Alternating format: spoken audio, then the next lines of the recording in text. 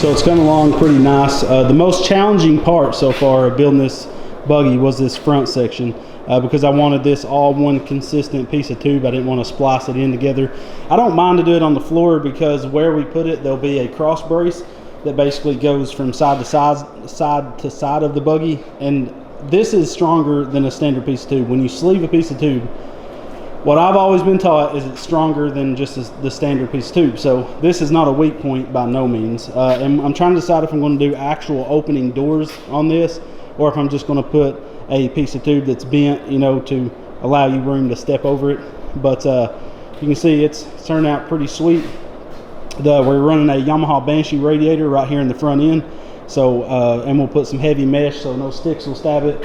And then we went ahead and mocked up one of those Go Power Sports trailing arms on the back, and the 14-inch rims we're going with. These are Vision 112s, Vision 112s, 14-inch rims by 8 inches wide, and we're going with a 27-inch tire on it. So you'll see those come in the mail here in the next couple of videos, but it's looking pretty sick. Next piece I need to start is I basically need to take and bend up a little back section coming off, just like this blue go-kart. You can see mine won't be slanted probably, but this little lip off the back of it.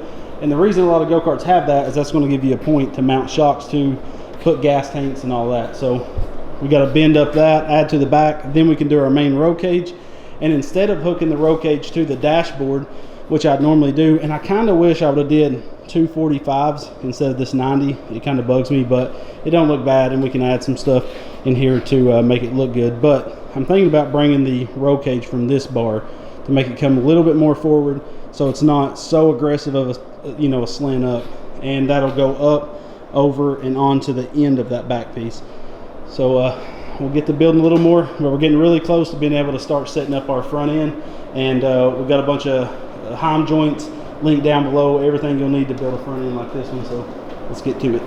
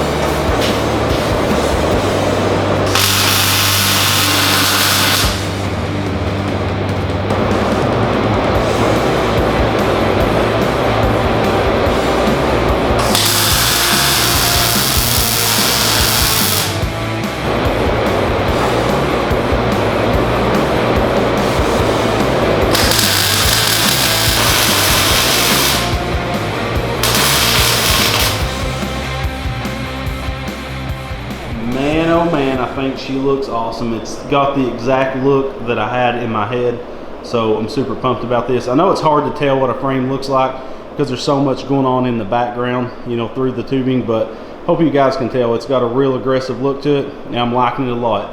One thing I do want to change is this little back section. So I made this too short and too narrow, so I'm going to rebuild this whole hoop and make it go out pretty much not equal with the back of this rim, but pretty close to it. So then we can bring our bars from the top of the roll cage down. So that will be getting remade. I don't like how short it is. It just looks dumb. But here's a side shot. We are making we'll do a full episode on building the doors for it. So this will actually have opening doors, and there's still a lot of bracing and stuff to do. But we've been asked a few times, why do we use 1-inch tubing? We're going to build we built a twin engine with 1.5-inch tubing. We've used different size tubing. I just have a lot of 1-inch, 1/8-inch thick wall tubing.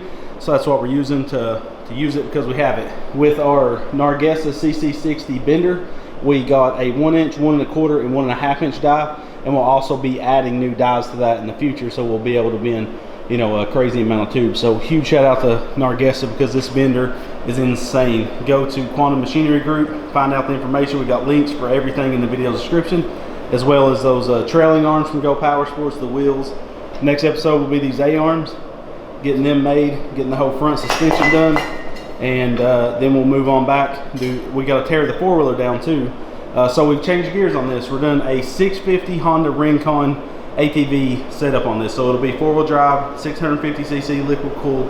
So stay tuned for that. And this thing's gonna be sick. One last shout out, Mr. Cool is holding it down. We got a 3-ton unit in here. So there's one that does 18,000 BTUs. And we have another one over there, and it'll actually, we got it set on 72 right now, and it's 72 degrees in here. It is insane and a game changer. So check out the links to the Gen 3, which these are the new Gen 3 setup. We're also doing one in the office. A video will be out very soon on those. So yeah, guys, make sure to check out the links for those AC units. I'm telling you, at the first of this video, we had no AC, so you can see me melting over there as a big boy. And then by the end of it, you know, no sweat no more. So huge shout out to Mr. Cool. And let us know what you think about this buggy in the comment section below. And the next episode will be the front suspension. Then we'll move on back to the rear suspension. Then we'll do the cockpit area and move on with it. So thank you guys so much for watching. We love you guys with all of our hearts. Check those links, help to support the channel. And we'll see you on the next one. God bless.